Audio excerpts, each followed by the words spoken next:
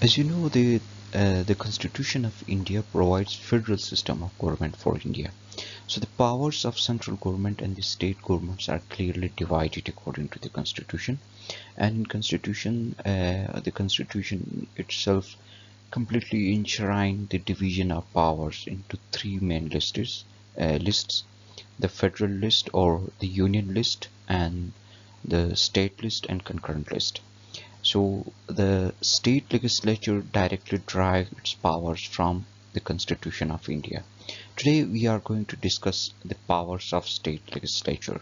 The major function of the state legislature is to legislate on state list, and what else they got, that all we will discuss in this clip. First, let's see the legislative powers.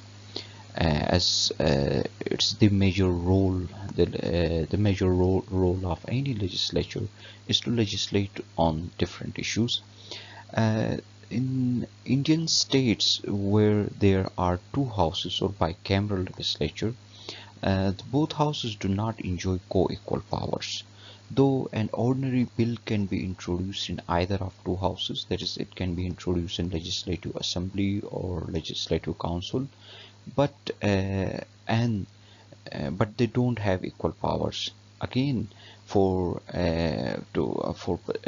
making a law, it's important that the bill should be passed from both houses. Yet again, the assembly is more powerful. Their powers are not equal. The assembly is more powerful. Then how?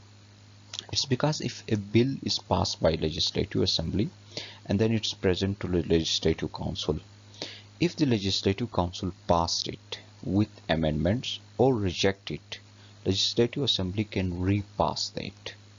After second presentation to the Legislative Council, within 1 month bill become law, no matter either Legislative Council passed it or not.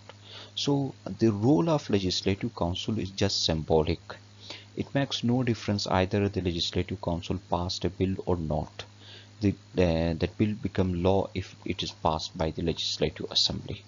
So we can say that the Legislative Assembly is more powerful as compared to the Legislative Council, because uh, for making a law, the passage from Legislative Council is though mandatory, but if they don't pass it, or if they propose amendments, and those amendments are not accepted by Legislative Assembly, then they can't be included in the statute, because the passage from Legislative Assembly is mandatory.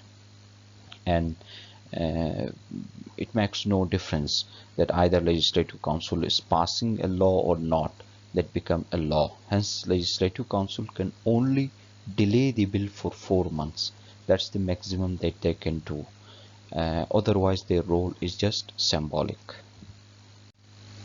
Regarding financial matters, again, the Legislative Assembly is more powerful as compared to the Legislative Council. The first thing is that money bills can't be introduced in Legislative Council. They have to be introduced in Legislative Assembly only.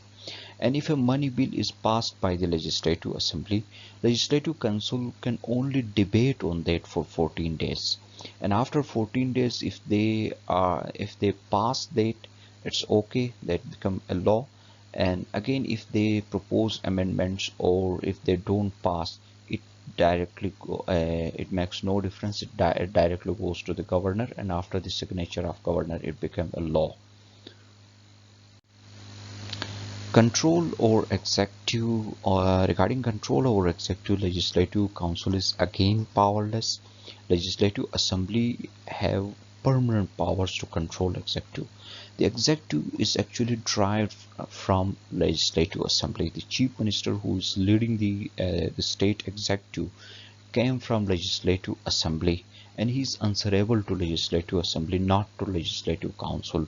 So the Legislative Council can't influence on executive. Again, the Legislative Assembly can remove executive by passing the vote of no confidence against the executive.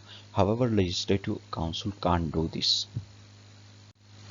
So in this way we can say that the actual legislative, financial and executive powers of the state are vested in legislative assembly, not in legislative council.